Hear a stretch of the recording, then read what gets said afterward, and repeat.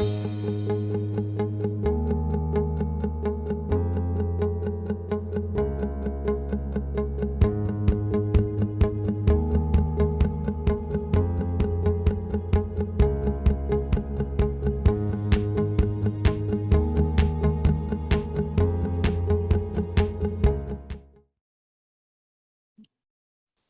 good evening to all. It is now 7 p.m. I would like to call this panel discussion to order, Truth and Trauma, a discussion on the impact of domestic violence on youth. I'm Brother Conrado B. Morgan, 33rd District of the Omega Psi Phi Fraternity Incorporated, and we welcome each one of you all. Brother Dr. Richard Mason, would you give us an opening prayer, please, sir? Let us bow for a moment of prayer. Heavenly Father, we thank you for everyone that's represented here today, for each mind and heart that feels the presence of this Zoom. We thank you. Only you know what we are setting out to accomplish today. We have an idea, a vision, hints and instructions. We have talents, abilities, and the knowledge to do great work. However, only you can see in perfect detail the end of every beginning, every project, every season, and every life. Nothing is ever in vain, for even the mistakes and missteps, they are all used for your good. Your righteousness transcends all of our efforts and understanding. Forgive us for our pride, for we know that pride puffs us up and the pride that threatens to unqualify us. Strengthen our confidence in who you have made us to be. Set us free from comparison in order to work together efficiently. Bless this Zoom tonight and all those that are present, as well as the lives of those we will encounter afterwards. Ready us to make every minute of this moment count. In your son, Jesus' name we pray, amen. Amen. Thank you, Brother Mason. With that said, I'll just give some opening remarks and welcome. You know, God has given us a chance to change some lives, to impact some lives here in Washington, D.C. and Virginia, especially the youth. This program here is an extension of our Fatherhood Initiative mentoring program and led by Brother Michael Frazier, an outstanding younger brother of mine, which is a pleasure to work with each and every day. And thanks for setting this up, Brother Frazier, and to the panelists, thank you all for participating. God sent you this way for a reason, and his reason is to support our youth. Thank you very much. To our current chapter, district, and international officers that are joining us on this call, on this Zoom, I should say, thank you very much for joining us. You know, right now, we are blessed to have our current 42nd Grand Bosses. His name is Ricky L. Lewis. He pledged in 1981. And so he lives out in California. He's with Tata chapter. So with that said, we'll get remarks from our Grand Bosses. Brother Ricky L. Lewis. Brother Lewis, the floor is yours. 42nd Grand Bosses. Yeah, thank you, brother. Thank you, Brother DR. How are you? Fine, yourself. Good to see you again. Doing good. Good to see you as well. Good afternoon to everyone from Los Angeles. It's certainly good to be here. I certainly want to take a moment to thank all the panelists for taking time out of their busy schedule to talk about a subject that is really, really important to us in terms of impact on our youth. To Brother Michael Frazier, big kudos to you, bro. Thank you for your hard work. Thank you for your steadfast leadership. We appreciate you. Thank everyone for attending. I'm looking forward to the dialogue, looking forward to get some uplift on this particular space. And Brother Morgan, to you, your leadership, and all the brothers of the 3rd District, thank you for your commitment to our youth. Thank you for your commitment to our community. And thank you for your commitment to excellence. I appreciate this opportunity, Brother DR, and I yield back to you. Thank you, Brother Grant, for those words. With that said, we'll move into the introduction of the moderator by Brother Michael W. Frazier, 3rd District FIMC Chairman. Brother Frazier, the mic is yours. Thank you. Thank you, panelists. Thank you, Brother DR. Thank you, Brother Grant. I will now have the pleasure of introducing Mayka Little, our current moderator. My name is Michael Frazier. I am the 3rd District Fatherhood Initiative and Mentoring Chair for the Omega Psi Phi Fraternity Incorporated. Ms. Mayka Little is a first-time candidate running to represent portions of Prince William County and Fairfax County in the Virginia House of Delegates. She's a mother of 3, a former FBI and CIA officer, an equity advocate, and a survivor of domestic violence. Ms. Mayka Little. Thank you, Brother Frazier. And I just want to echo my appreciation for the hard work and vision of Brother Michael Frazier, Conrado B. Morgan, and the support of your Grand Bossless, Brother Ricky L. Lewis. I'm I have asked these brothers not to script out anything so that we could leave room for the Holy Spirit to have his way with this conversation. However, he woke me up around 3:30 this morning and literally told me to write this down. So I'm not going to take credit for his work, and I'm going to be obedient and open with this statement. Last year, I discovered that I had been in an abusive relationship and marriage for 7 years and counting, but I didn't understand nor accept that fact until my husband physically assaulted me. In an effort to make sense of my situation, I began to educate myself on what exactly domestic abuse and domestic violence was. There were aspects of my relationship that, although they didn't feel right, I never would have considered them abusive. I just considered them normal relationship growing pains and woes that we would eventually grow out of. But growth never came, and individual therapy was rejected. And the climate of our home became more and more toxic to the point that even our family dog walked around on eggshells. This is an environment in which my 3 children learned and grew from me and their stepfather for half of their lives. So now, as I continue to try to heal myself, I also must recognize that I've got 6 eyes watching everything I do, and that it is my responsibility to ensure I'm raising healthy humans, both by example and through therapeutic, educational conversations. So I am beyond grateful for my brothers of the 3rd District of Omega Psi Phi Fraternity Incorporated for hosting this conversation and allowing me the honor of serving as the moderator, and again, your international leadership team for their support. I pray that this will be a life-saving, generational curse-breaking conversation about domestic violence and its impact on our youth. So I just want to set expectations and let everyone know, we're not going to be able to deep dive and cover everything. This is a very heavy conversation. It's a very heavy topic that has a lot of aspects. Most Americans believe that physical abuse is the only form of domestic violence. In addition to physical abuse, there's verbal abuse, there's sexual abuse, psychological, emotional, financial, and spiritual. So just to introduce our panelists, we have Mr. Patrick Garland. He is an educator within Falls Church Public Schools. He is a self-described human survivor of that which he did not deserve.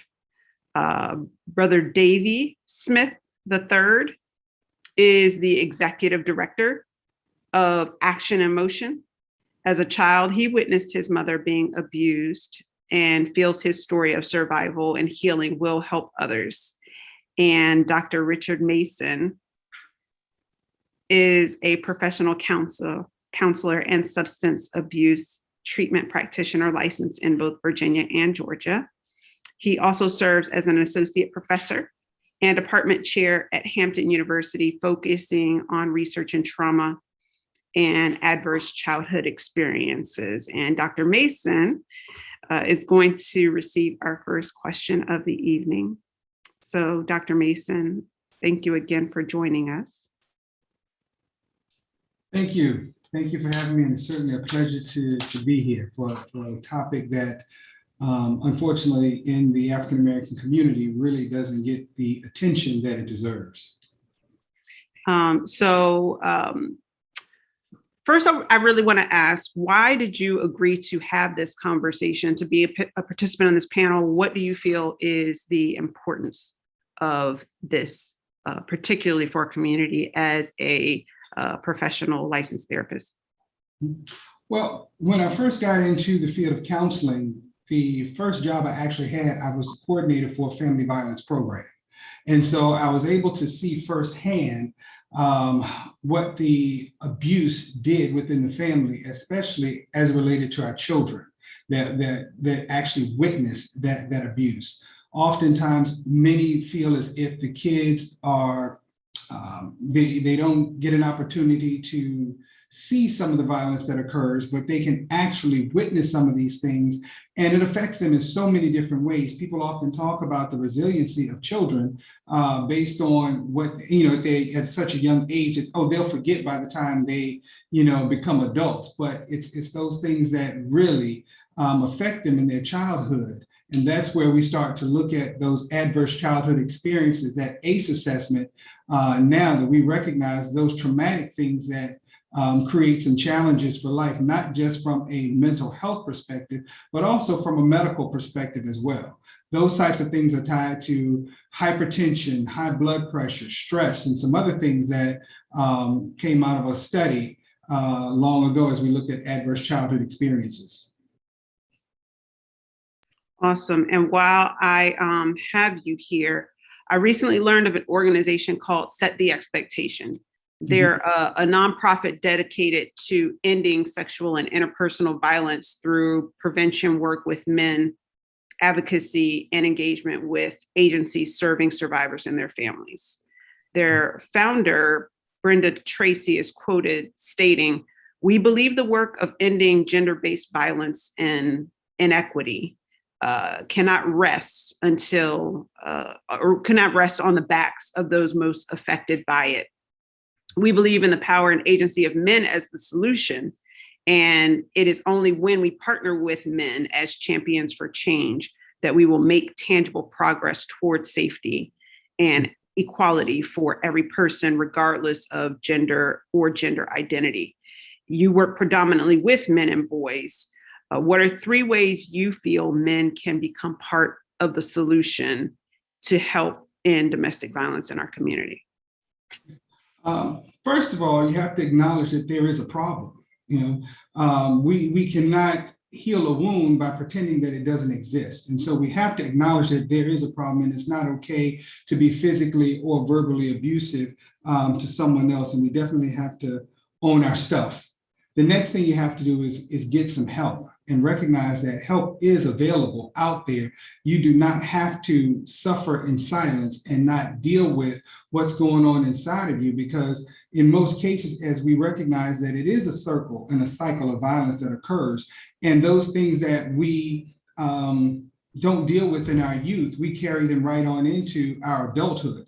So we definitely have to do that. And then if we want to be proactive as we work with our young boys and our young males, we need to make sure they understand that it's okay to be able to express their feelings and emotions, because oftentimes we tend to tell our young boys that it's not good to cry and to basically suck it up. It's okay. Crying is a sign of weakness. And so if we can work in those 3 areas, we can begin to create some healing in our boys as they grow into men. Awesome. Thank you for that thorough answer. Next, I want to speak with Davy. Davy, you and I have had some really deep conversations about our experiences in our childhood. And since parental relationships are usually the first adult relationships most youth observe, what's one unhealthy relationship behavior you would say was normalized for you as a child, only to learn otherwise as an adult? Well, one thing I noticed, can you hear me okay? Yes, brother. One thing I did notice as a child coming up, I noticed the back and forth with my mom and dad. I seen alcohol involved. Next thing you know, I seen it thing lead to a skirmish. The parents cussing in front of the kids, just talking recklessly. I didn't understand it back then. I thought it was okay to be cussing in front of a 9-year-old, 10-year-old. But you grow up seeing that, then you think it's normal once you see it and you're walking in a grocery store somewhere. And that was one thing that I noticed as I got older. I said, man, this is not normal. This is toxic. This is ugly, and it led to other things. Would you say that that influenced any of your behavior once you were old enough to get into romantic relationships? Yes, it did. And learning from my village, I will say that, how to treat a woman, seeing people that were couples and were married, You know, I had some people that brought me along to say, hey, you know, you should do this, you should do that, make sure you open the door, showed me about chivalry, things of that things, how to sit down like I'm talking to you right now on this call, how to do eye contact, how to probe, how to shake hands. Those little things matter so much that we forget about, which I say through action and motion are essential skills that everybody should have. Wow. And same kind of why question to you. Why did you feel it was important to participate in this conversation? Well, you know this, but most folks don't know. I lost my mom to domestic violence.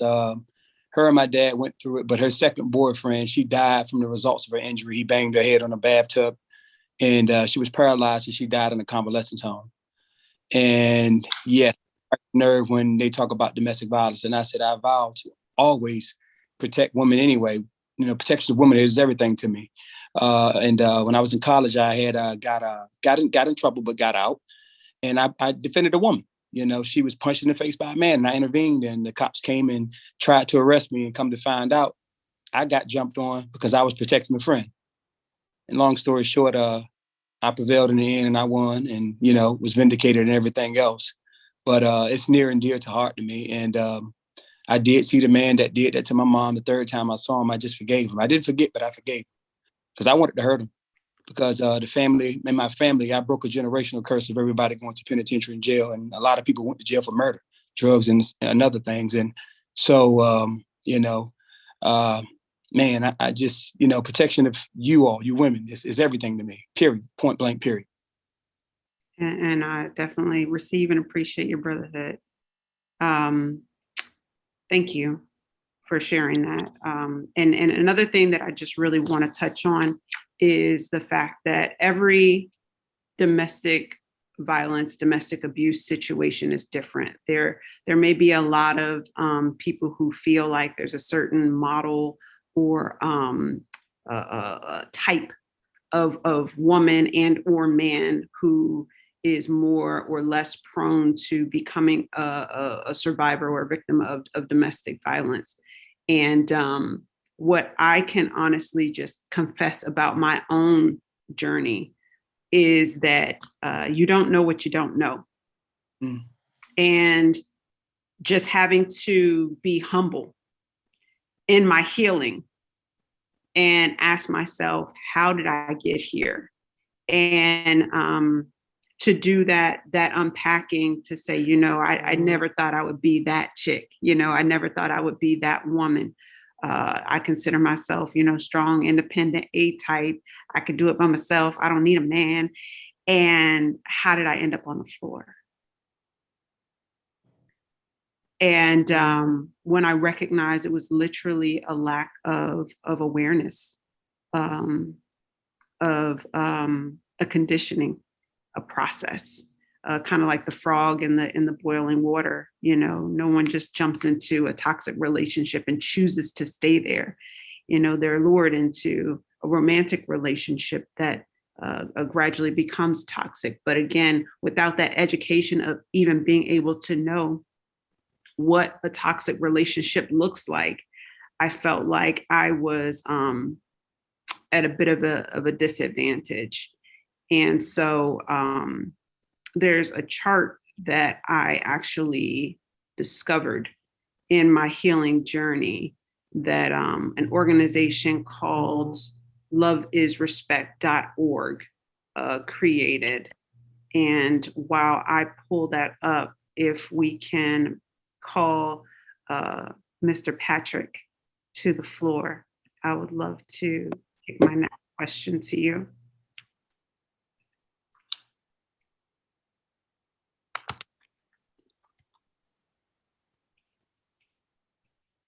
All right, brother. How are you feeling this evening? I'm doing well. How are you?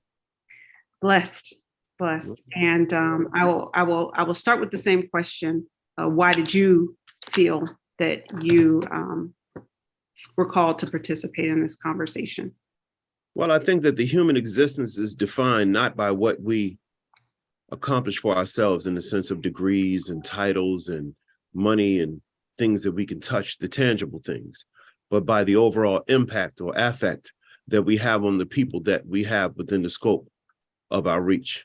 So I'm here to help young men specifically who are or were in situations similar to my own.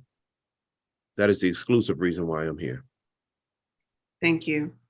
And so the question that I want to open for this graphic is, according to loveisrespect.org, yes, not communicating, being disrespectful, not trusting, being dishonest, trying to take control of your partner, only wanting to spend time with your partner, not really wanting them to spend time with other people outside of you, being pressured into activities and being unequal economically are characteristics of unhealthy relationships, right?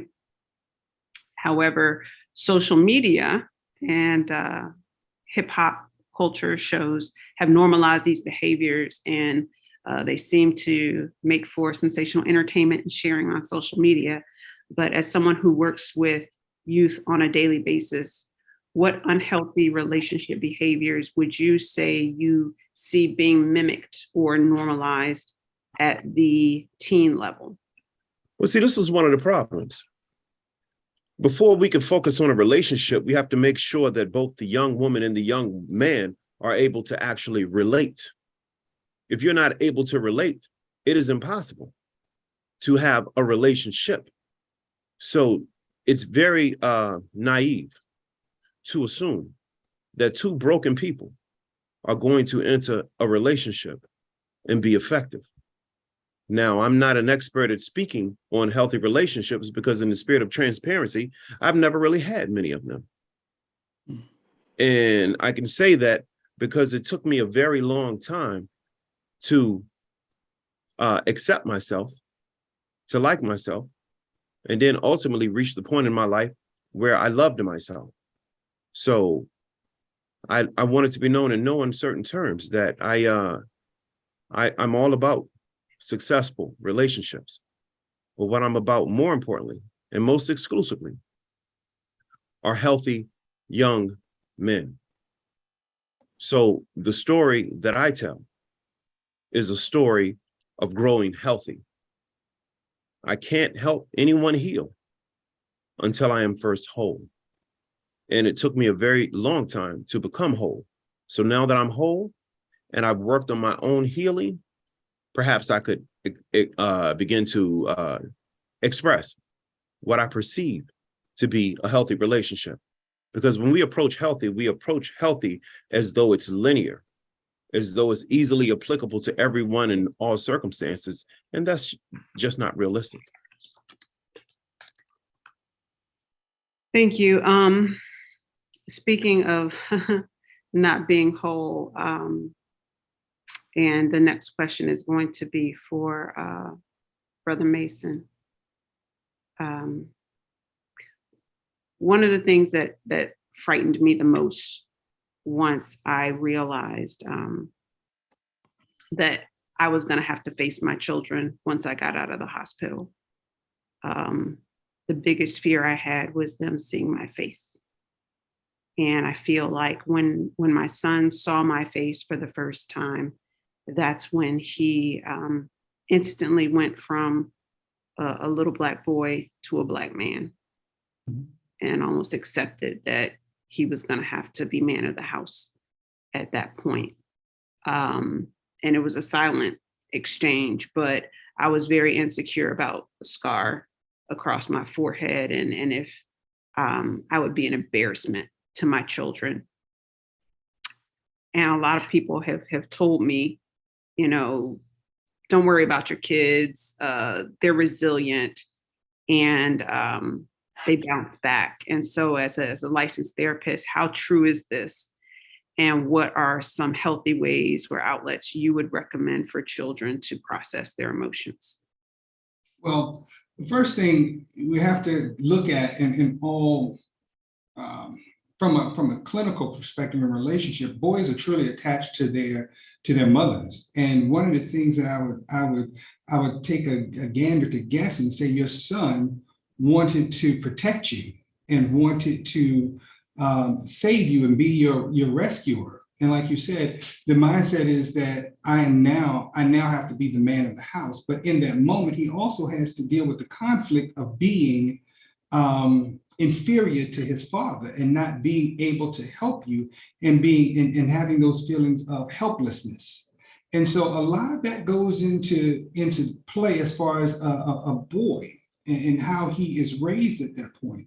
And so it's definitely one of those things where we have to get our boys that witness, and our girls as well, but since we're talking about boys here, we have to get them into therapy.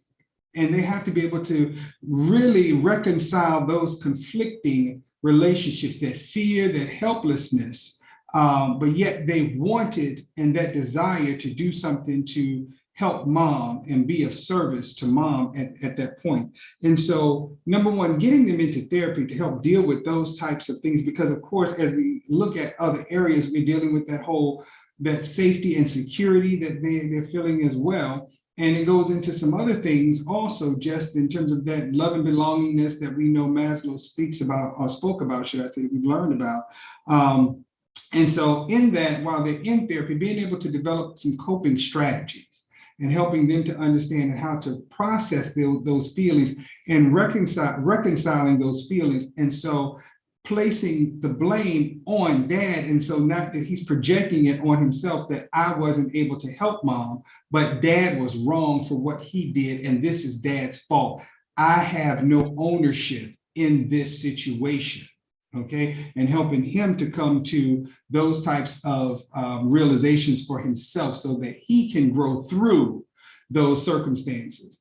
Some techniques to help him focus and stay in tune to where he is. You know, we use mindfulness sometimes when it relates to kids at a certain age, because of course, we want them to go to school and to be ready to learn. And sometimes that can be a challenge for them because of what they've witnessed and what they're actually going through at that particular time. So we need to help them to be able to focus on what's going on in school so that they can actually learn, rather than questioning themselves whether or not dad is going to go back to the house, or if he's out of the house, or whether or not dad is going to be in the house abusing mom again while I'm away. And so to keep his mind off of things, those are one of the techniques that I know that we're teaching in schools right now, working with our kids, because the focus right now is certainly on social emotional learning and really helping our kids to be able to overcome some of those obstacles that are creating what we refer to as emotional barriers for them when it comes to their learning processes. And so we have several strategies, and we are working with school divisions across the country to develop trauma-informed strategies, and so that schools, counselors, educators, teachers, bus drivers, cafeteria workers, they all become basically trauma-skilled professionals, whereas they understand what's going on with these kids.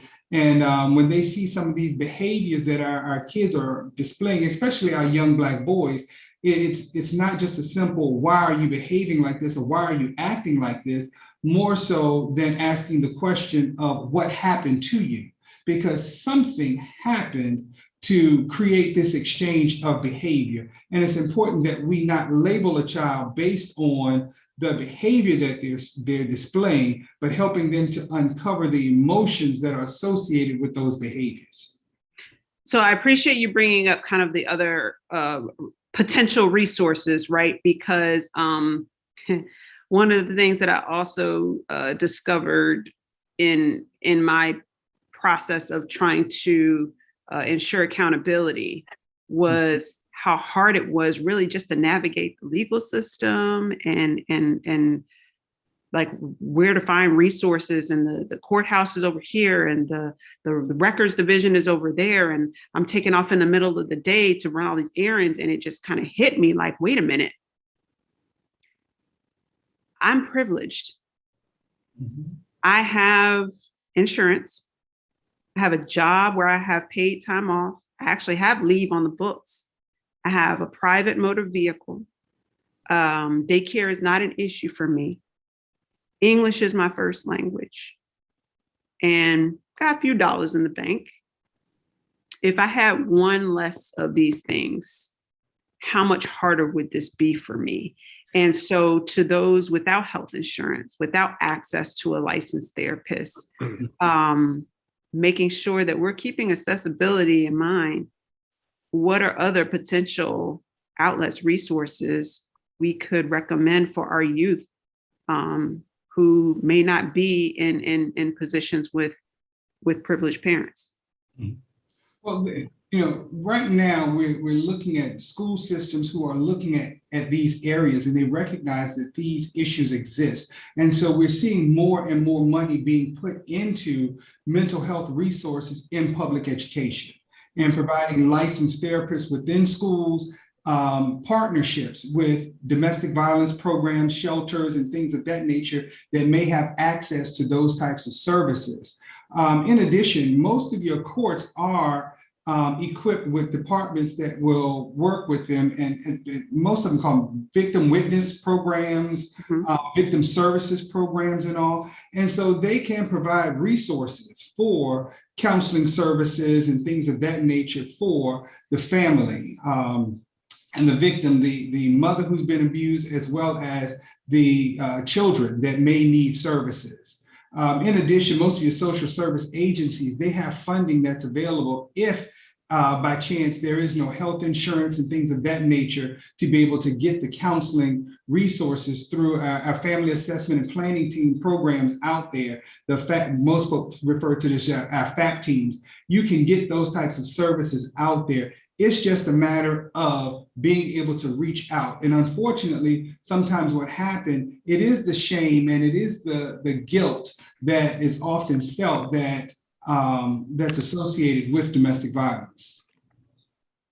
Thank you. I appreciate the additional information, especially with regards to the schools, because it is important that we definitely establish those partnerships as parents with the schools to ensure our children have those wraparound services and resources they need to thrive.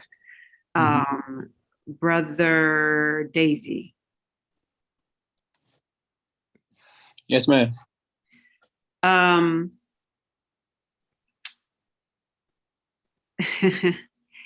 One of the other things that I recognize, especially when it came to my son, is that after he experienced the awareness, he didn't really want to talk to me. Not that he didn't speak to me, but it was just, I was probably the last person on earth he wanted to vent to or talk to about relationships. But anytime we went around the bros, he was kind of clamoring for those one-on-one conversations with other men. So were there any conversations that you had with anyone during your teen years that kind of help you just level set expectations or help you unpack your experiences, and how would you kind of describe those conversations and how they helped you? I had men and women, of course. My godparents, PJ Honore, Mr. Ray Smith, like a godfather to me, Angela Jones, Jerome Johnson, he's deceased. But I was thankful for those folks being around. Those folks in the community center, Miss Hayes, man, she looked out for me. And just leaning on folks like that, and I started seeing the couples that were married, that played a big part. And, having those older men around that were married and stuff like that, or had a significant other, and seeing how they treated them and told me how to go about things, pull your pants up, make sure you're grooming yourself. Just telling me how to go about it, and saying, seeing it, and they shared conversation when they said their parents went through it too, but they said they vowed to never do it. So this is nothing new under the sun, but that village helped me, it raised me.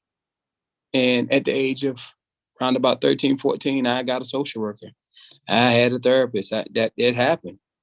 I was seeing too much at an early age. The drugs, the dysfunction, the alcohol, coming from a dysfunctional family. And seeing those things, they did a number on me. And I think what it really took the toll is when I seen my dad and my mom fight, my biological father, I seen them fight. I seen them go at it. I seen him do something one time. He hit her and she grabbed that butcher knife so fast and he hauled butt out that back door. Mm. And seeing stuff like that, man, it's like, okay, am I living in a movie for real? I'm 11 years old, 12, 13 years old, watching this stuff. And the kids today are still seeing the same thing. And it's just at another level, like you said, because of social media. Think about this for a minute. The way social media works now, it's like they're promoting the abuse. I mean, it's a man punching a woman in the face. I'm like, what we do that at? So, and just like as a man and as a Black man and as a man of Omega Psi Phi, not on my watch. On my watch. So I implore any young person, that needs some help here, man, reach out to your guidance counselor. Don't be afraid. Speak up to someone that you look up into in your neighborhood, your principal. It might be a community leader. It might be somebody. It might be the coach. You need to share. Reach out to somebody. I love the work that we're doing in the community now, and we're going to do more. But that village played a vital part. That basketball coach, that football coach, the person that worked in the community center, the rec center. It played a big part, even when I was out of line and doing something I'm supposed to do. And they'll say my nickname. I'm going to say my nickname, Money, but they say it loud to the point, that shock you, that shock value the parents put on you. But I'm thankful for that village because my parents, they went through what they went through. I had no control in that. I was a kid, it happened. But I just want to encourage a young person today to just, people like myself and people on this panel is here. We're here. We're here for you. We're here for you. And if we can't do it, we're going to get you to the right help. One of the things that I like to jump in and say is that to the young men who are currently going through abuse, I'm going to say something to you that I wish someone would have said to me. You are not garbage.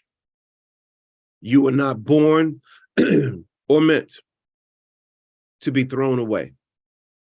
And even though you've been through some horrific things that you should have never experienced through no fault of your own, that does not mean in any uncertain terms that you should walk in shame, fear, self-doubt, self-loathing, or unforgiveness of yourself. Now, the question was, did you ever speak to people when you were young? When I was young, going through the situations that I was going through, growing up in the inner city, I spoke to a lot of people. I spoke to the police. I spoke to the police who came to my home to pick me up. I spoke to the judge who judged me. I spoke to the correctional officer who housed me. I spoke to the ladies in those facilities who fed me. When you grow up in trauma, in the manner in which I did, there is no way, no reasonable way to expect that you are going to function normally in society. Because let's be honest, what is normal to the Black man or the Black woman? What does normal look like to us? Our lives are being dictated to us by some who have never lived our lives. And unfortunately, we believed them. When I was a child, I wanted my home to be some sort of resemblance to the Cosby Show. Loving father, successful, loving mother, successful, brothers and sisters who did quirky things, a successful family, but that was not my life. And because that wasn't my life, it really had a great impact on my life until I understood that my life was my life. Now, looking back at it, I don't have any, even though I have pain, I'm thankful because the pain that I experienced wasn't for me. Had it not been for my pain, I probably wouldn't be on this panel because I couldn't relate. When you grow up as a young boy and you witness the person who's supposed to love you and supposed to protect you bring the most imaginable harm, pain, degradation, and any other negative adjective that you can imagine on you, that does something to you psychologically. Again, we're hedonists. And as a hedonist, we're all pleasure seekers. And unfortunately, there have been many women in my life who have been casualties of my own pain. And I hope that they can forgive me. But what's even more important than them forgiving me is me forgiving myself. Because I have to live in this skin. I have to exist in this place. So I can't explain to you how my pain feels because it's too painful for me to speak. Patrick, can I ask a follow-on question kind of in that vein? For sure. And where I want to kind of make a bit of an analogy with this is, I don't know if there's like, I'm gonna go back to my little girl experience where you learn the lyrics to nursery rhymes or songs or whatever, only to get older and realize like those weren't the actual lyrics. Sure. And so you almost kind of go through like this mourning period where what you thought was right was actually wrong. Mm-hmm. You and I both talked about our stories and kind of found that crossroads of finding ourselves on the floor or on the ground. Well, one of the things that happens is that I was born into my story. I was born into it. I didn't have a choice in my story. I'm 50% my father and 50% my mother, and 100% their choices. I was born into my story. So being that I was born into my story, my entire life was predicated upon a reaction to the choices of those that weren't mine. So when you live in that sort of a situation, or you exist in that sort of a scenario, it is very, very difficult. It is very, very difficult. And I'm going to be honest with you, man. I didn't find my voice until my mother lost her life. And when my mother lost her life and lost her voice, I realized that it was my responsibility to speak for her. So in order to speak for her, I had to actually have something to say. And in order to have something to say, I had to speak the things that I was afraid to. You have to understand, the man that's on this panel with you right now cares nothing about politics. I am not politically correct. But what I am is honest. I've hurt a lot of people in my life, but no one, and I mean no one, hurt more than me. And trust me, I played every role that you could possibly imagine. I played the nice guy, the politically correct guy, the silent guy, the quirky guy, the academic guy, the guy who's up on the know, the latest fashion. Oh, I played those characters, but none of them were me. The man that's sitting here with you now, this is Patrick Garland.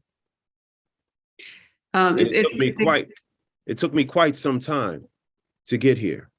Mm-hmm. So my message to the young men and grown men who are in this very position right now, brothers, you are not alone. I am a survivor of childhood abuse, and I have been nurturing the little boy that lives inside of me my entire life. I have been nurturing that child my entire life. Money does not matter. Positions do not matter. I told Makia earlier, there's a difference between being in leadership and being a leader. Leadership are titles bestowed by men. Only the Creator can make you a leader. And history teaches me that our leaders have died so that men placed in leadership can live. No, I am a leader because I believe that the Creator has saved me from something that only the Creator can save me from. So I'm void of politics and I am void of political correctness. So speaking to the victims, whether you're 12, 2, or 72, you are more than what you have experienced. And it doesn't make a difference when it happened, how it happened, where it happened, or why it happened. You are not alone. And you're looking at men on this panel tonight with you who understand you. And if you need to talk, put your name, your email address, your phone number, whatever in this chat. And I can promise you with 1000% certainty that I will reach out to you. I will not convict you because I'm not a judge. I yield back to you. Thank you, Brother Garland. Actually, I have a question for Dr. Mason.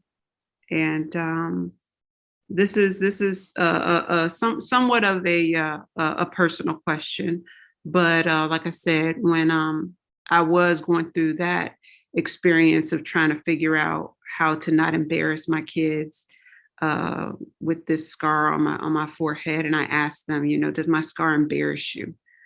And my son, to Brother Garland's point, kind of shot back like, no, like, you tough. He was like, you need to trademark it. And I'm looking around like, whose son is this? But it was almost like he wanted to help me heal and pick me up. But my daughter, she said, no, it doesn't embarrass me. But, the other day when I was trying to take a picture of you and you didn't want me to take a picture of you, that made me sad. Mm-hmm. And so the way that I received that from her was like her telling me my insecurity embarrassed her more than any scar ever could.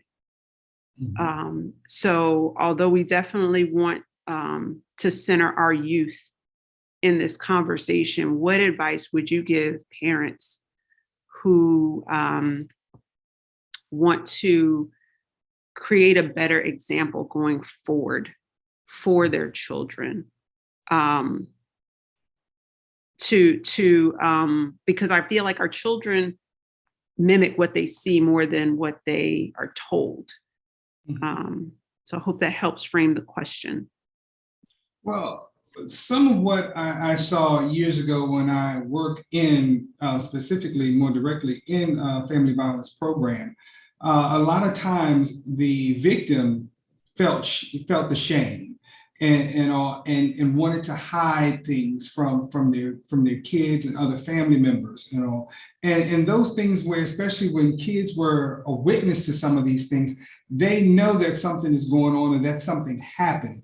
And so they tend to feed off of what you present as well. And so when you present those feelings, that's what your daughter may be picking up on, and in her efforts to, move forward and say, hey, listen, you're still mom, because guess what? In all of this, she still sees you as her mom, beautiful and strong, okay? But when you shy away like that, that's bringing shame to you. And so is that telling her that she should feel the shame as well? Because children kind of feed off of the energy sometimes that's given. And so that's why, as a part of working through situations like this in terms of domestic violence and other things, you have to speak truth to life with kids and say, this is what happened.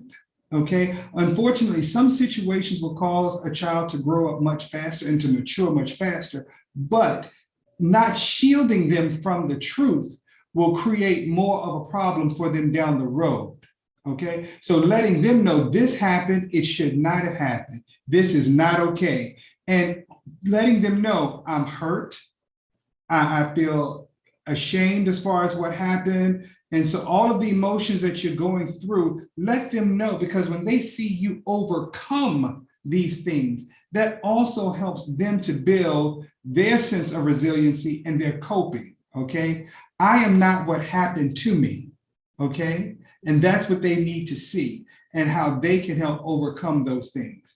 And especially important, like I said, for our young boys, but also for our young girls, because when we do those types of things, we teach them to accept that behavior and it's okay. And so they then too go find a husband, a boyfriend who puts them in that same position. And instead of them being able to speak out, it's my mother made it through this, so I too can make it through, but not understanding what mom went through in the midst of all of that as well. Mm-hmm. And Dr. Mason, just to echo that point, I remember as a young man being in high school, in the 80s, everyone gets it. My guidance counselors rather, my teachers, they never really asked me anything about myself. The only thing that I remember of them was them giving me my schedule, and that was about it. So what I wish that I would have had back then is a safe space to speak. Black boys are only allowed to express two emotions: rage and passion. That's all that we're given. We can express rage and passion, but all of the other complicated emotions that exist beneath those two umbrellas, we are never to discuss. So just based on your experience and your education and your guidance, how can we create a safe space for young Black men to let their guards down and let those things that we really need to release go? How would you suggest that we do that? Well, as I was stating earlier, one of the things that you'll see, especially in Virginia, across the state of Virginia, you're seeing more school divisions that are actually putting in clinical therapists in schools. They are engaging the school social workers a little bit more. They're engaging the school psychologists more. And they're also putting other behavioral specialists into the schools. There are funds available, and especially coming out of the pandemic. The pandemic was a blessing and a curse because there have been funds created, ARPA funds and ESSER funds have been created now to provide resources to school divisions that will help children deal with that mental health. There's that whole mental health reform that we're in right now, that licensed therapists are being placed in schools because we recognize that that safe space is needed. And so we have to put systems in place that will allow kids or our young boys to be able to talk to people. Unfortunately, back then, of course, in the 80s when we were in school, we were lucky if we had that special teacher or administrator who could recognize the greatness in us, but also knew that something was going on, okay?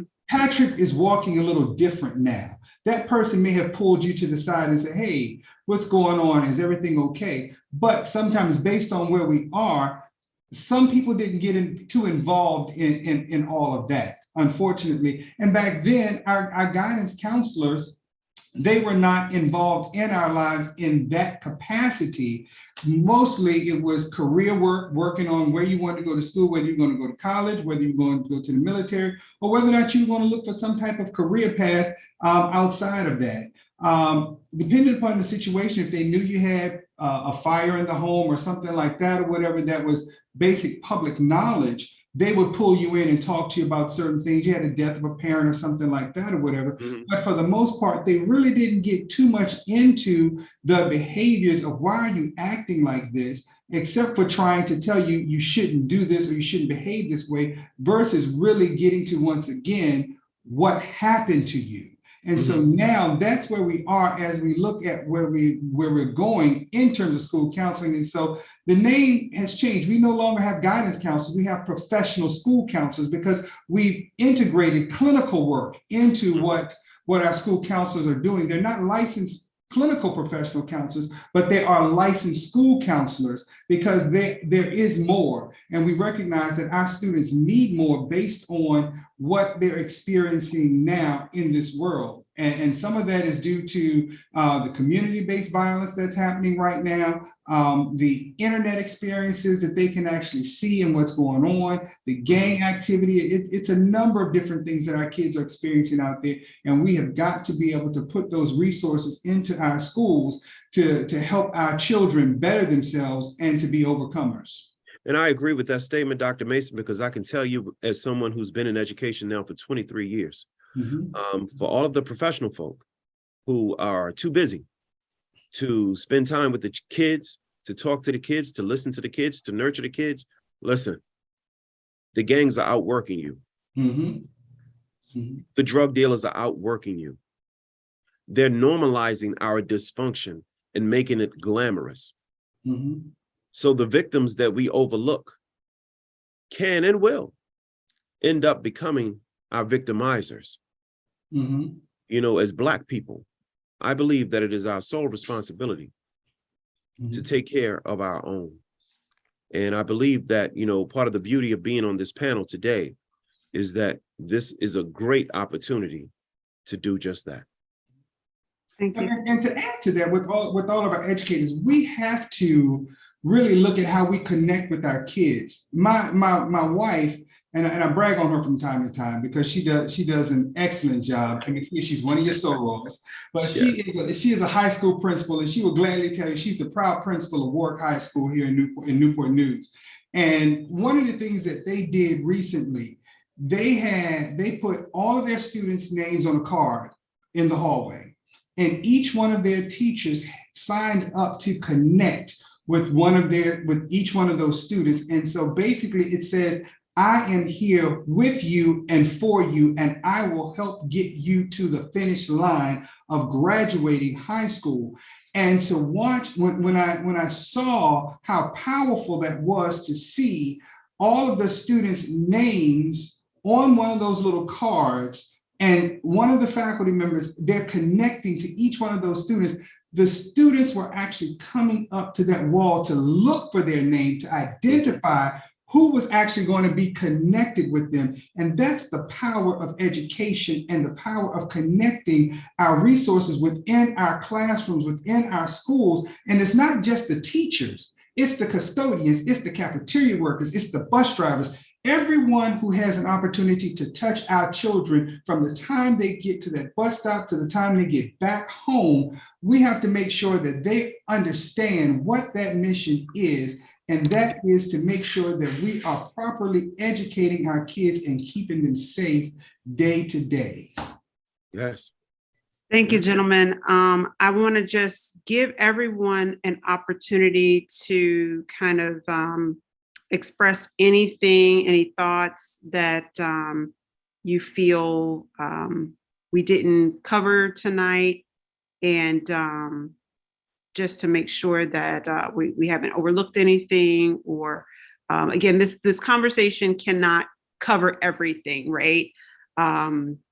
There's so many aspects to domestic violence. I actually just put a link in the chat for specifically for men who find themselves victims of domestic abuse, and we can unpack all night long.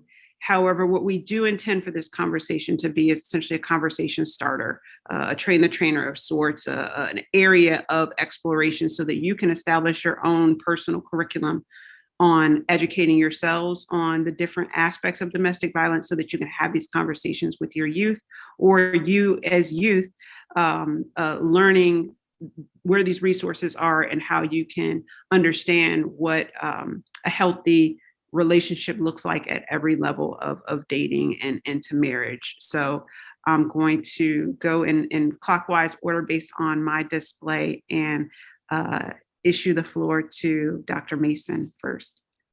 Okay. I'm gonna take a step and just kind of speak on, someone put in the chat here, was anyone on the panel exposed to church or had any biblical counseling? And just to bring the faith into this process, it's great. And I'm a church kid. I was raised in the church also, but as I became a therapist as well, I recognize the fact that I can have Jesus as well as a therapist. Okay, because you can't pray the pain away. We go to church and sometimes we open things up, we open wounds up, but we do not provide any type of treatment. Okay, we do a great job of bringing people to Christ, telling them how great Christ is and all, and he is. I do believe that, and I know that for a fact. However, we have to make sure that we are providing resources, and that may be in the form of a counselor as well. Like I said, we just can't pray the pain away and act as if it's going to get better if we don't do anything about it. And people always say things will get better in the meantime, but it's what you do in that meantime that's certainly going to make a difference. And that might mean going to therapy, getting that healing. When you act as if it's not there and it's going to be okay, you're just stuffing and packing those feelings and emotions. And you have to be able to get those things out, because otherwise you're going to find yourself in a state of depression. If it's anger, you're going to find yourself in constant rage. So you've got to make sure you get those things out, and thank God for therapists, and be appreciative of that, because it's just like when I look at mental health, I always liken it to other areas and other diseases and other situations. If you break your arm, you're not just going to let it sit there and pray that it heals, because guess what? You're going to go to the hospital and you're going to make sure that they take care of it. And oftentimes people come to church and they deal with those things, and unfortunately, our churches are just emergency rooms in a different fashion. And we have to make sure that we are healing in the same process and in the same vein. And I'm blessed and thankful. My pastor has a background in counseling, and he understands that. And so we do have an effective ministry that refers out for counseling services. He provides so much, but then he also makes that connection to help someone get connected clinically as well. Davy, I see you came off mute, but I have something for this particular question. Is it associated with this? Okay, all right. So I'm gonna let the spirit lead right here. And I know this wasn't literally what you were asking as far as biblical counseling, but I did have church counseling before I got married, right? Mm-hmm, mm-hmm. And what I can say is that the behaviors that I now understand were abusive were absolutely displayed in our church counseling, right? Mm-hmm. And so where I fail, and this is not a knock on the minister, but as you talk about, training the bus drivers and the school cafeteria workers and all of that, a lot of ministers don't have counseling in trauma therapy and recognizing the signs of domestic violence. Mm-hmm. And so where I kind of wish that was something that our minister had to say, I think you might need individual therapy. I think you might need individual therapy as well. He did not. And so when the instance actually occurred, coming from a biblical standpoint, he did not want me to give up on my marriage. Mm-hmm. Mm-hmm. And knowing that was something that I was just like, no, this is a deal breaker. Right? I have children that I have to protect, and he's their stepfather, but I have to, this is not an option from a spiritual standpoint. And even with trying to understand if it was okay to press charges, like I had guilt with that. And that's why there's something called spiritual abuse, right? Because we're taught to forgive, turn the other cheek and all these other things. But the conversation that the Spirit had with me was, have you ever considered that I need him to humble himself to me? Mm-hmm. Mm-hmm. And he said, you can't save him. He mm-hmm. said, you are not God. That is my job. Mm-hmm. And I had to let go. Mm-hmm. Yeah. Unfortunately, that's one of the areas that we work with our churches, trying to help educate them on the understanding when it comes to domestic violence and mental health. Because, of course, like I said, there are certain practices that some faith-based organizations, they do more damage than good when it comes to relationships, because they don't put you in a place whereby you can create that safe space to talk about areas in which you need to be healed. They create a sense of sometimes gender roles.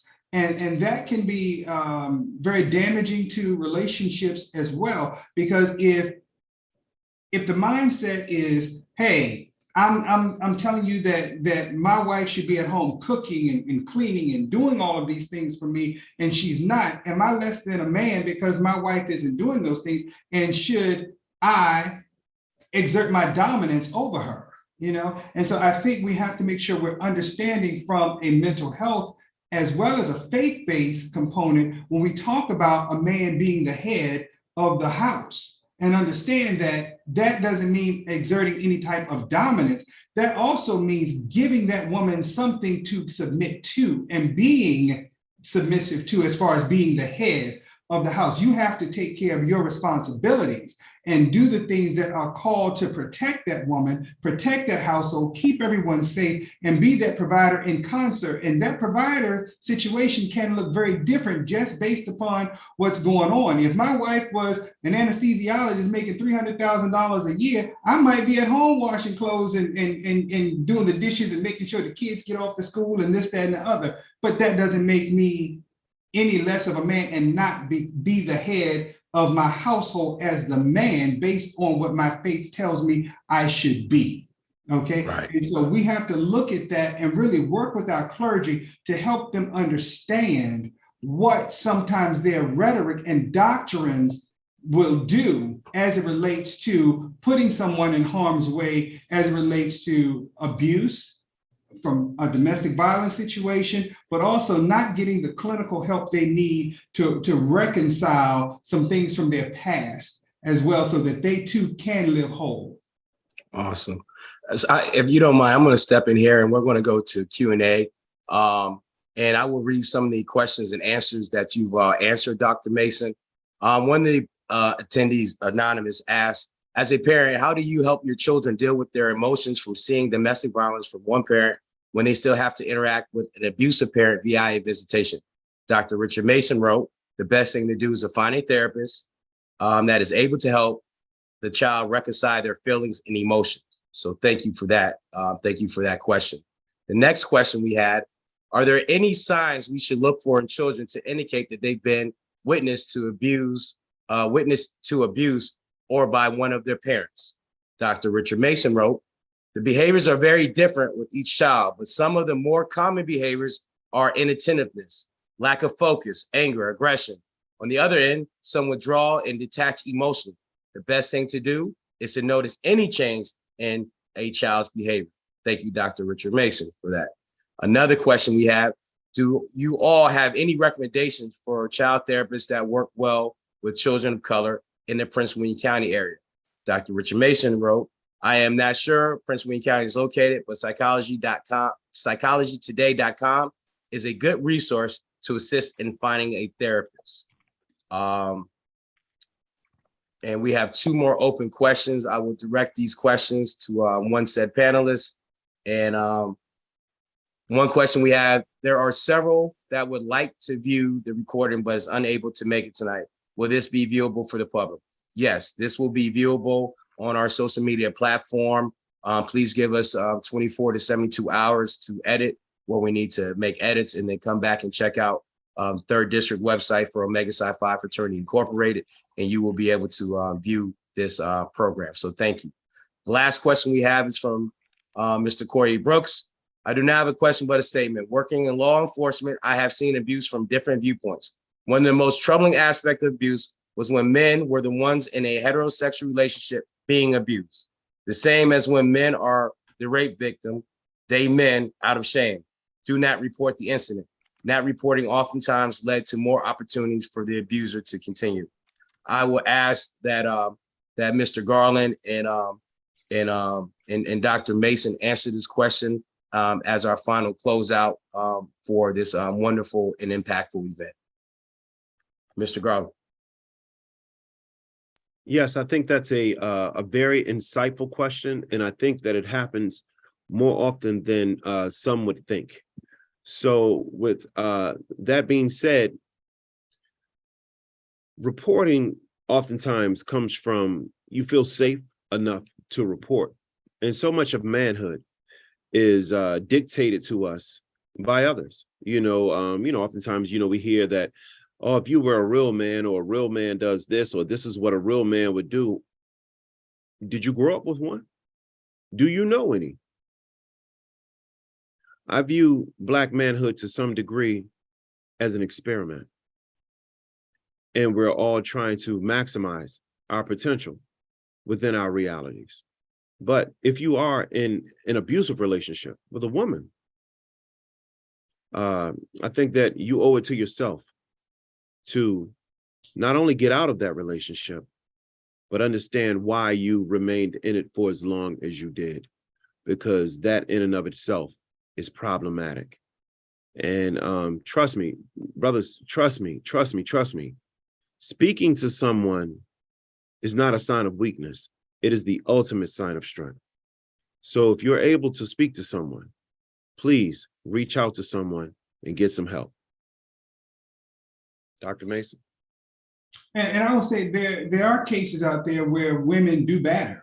Working the domestic violence program that I was in years ago, we had to educate the community and educate the police department on what battering looked like and abuse looked like. And unfortunately, the mindset was they would look at a man, they would be called out to the home, and they would see a man who's 260 pounds and a woman who may be 150 pounds, and they're thinking, you know, hey, look, you can really hurt this woman. You can't possibly tell me that she did this to you. Okay. And so we had to educate them on what primary abuse looked like and what secondary abuse looked like. And so helping them to understand that it's not about the physical size of a person. It's also about the verbal abuse that can lead to other areas. And, you know, it's always said, hey, if you control a person's mind, you can get them to do anything that you want them to do. And sometimes if that person, whether it's a man or a woman, has it in their mind that that's their place, that it's okay to be treated this way, if that's how they've been trained, if that's the experiences that they've had in their lives, then guess what? They're going to accept that abuse and keep it moving. Okay. And so we have to make sure that we are educating our communities on what does abuse look like. And it doesn't matter.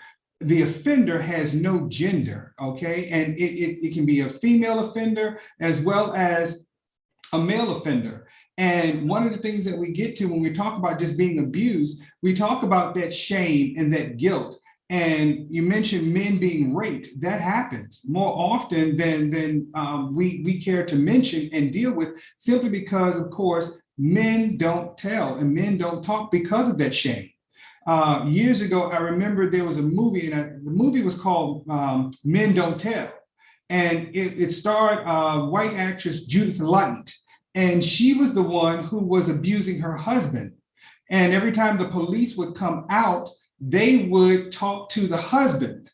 And it was a situation finally that came to a head where they actually fell out the window, and the wife was the one who went to the hospital, and they said, well, we are finally going to have to arrest you because you threw her through the window, when actually they fell through the window together. He was just able to get up from the fall. She couldn't. And it wasn't until the little girl who's witnessed all of this abuse asked the police officer, is mommy going to beat daddy up when she gets out of the hospital for this situation?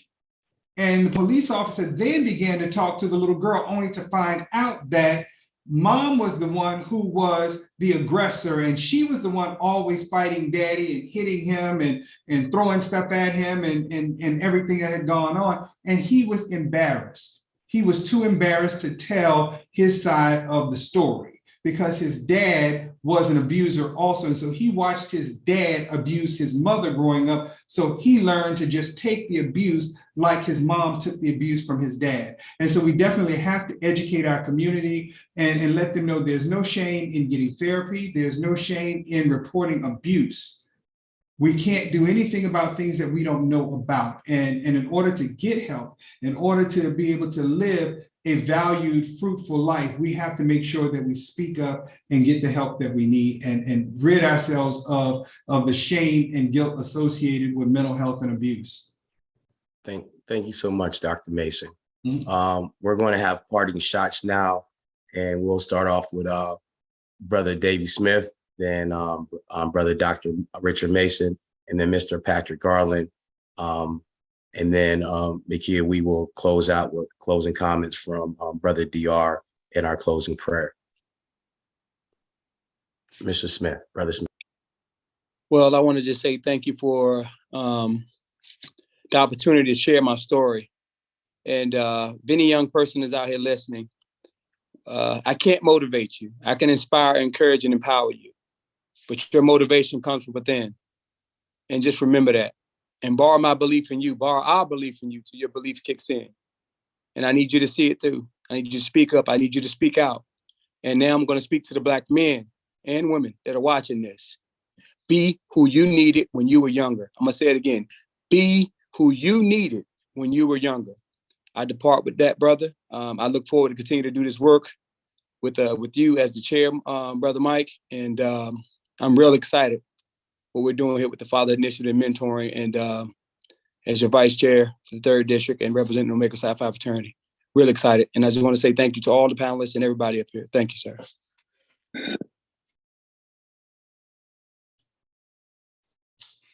And in closing, I would just simply like to say that it is true in what they say. It is much easier to build strong young boys than to fix a broken man.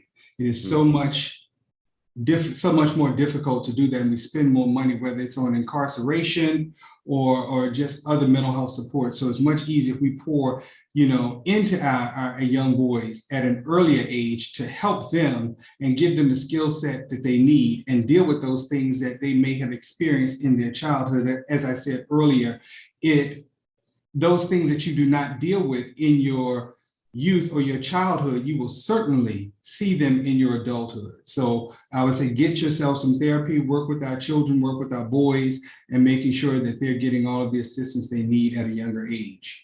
Mm-hmm. Booker T. Washington once wrote that the status that one achieves in life is not as great as the obstacles they've overcome while trying to succeed.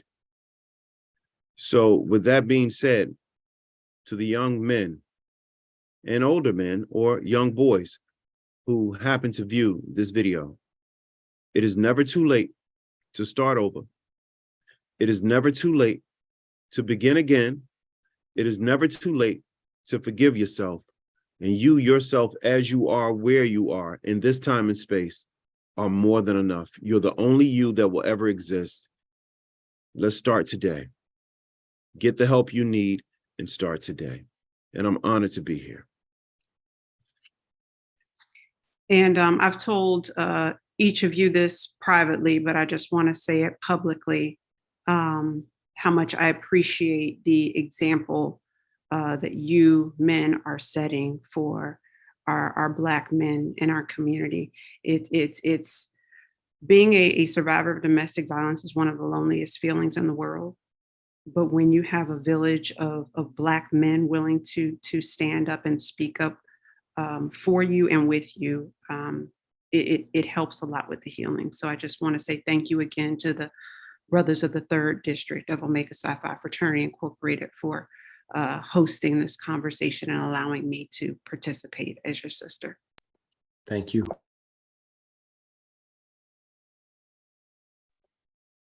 Yes, Brother Mike, you have anything? No, sir. Thank you. All right. To the panelists and to all that's on here now, we thank each one of you all for participating. God has placed you here for a reason. As you stated, we can pray about stuff. We can ask God to heal, but sometimes you got to go to the hospital. Sometimes you got to go to a therapist. And those words that came through were very powerful, meaningful, and we will be using them in the near future. We will continue to develop, continue to work this issue. But this is not the only part of our mentoring program. You can actually go to our website at thirddistrictqs.org to see the stuff that we're doing throughout Washington, D.C. and Virginia. The 43 chapters, the 2,439 brothers appreciate each one of you all for what you're doing now, and we will continue to do. God bless each one of you all. As far as I'm concerned, I'm at peace.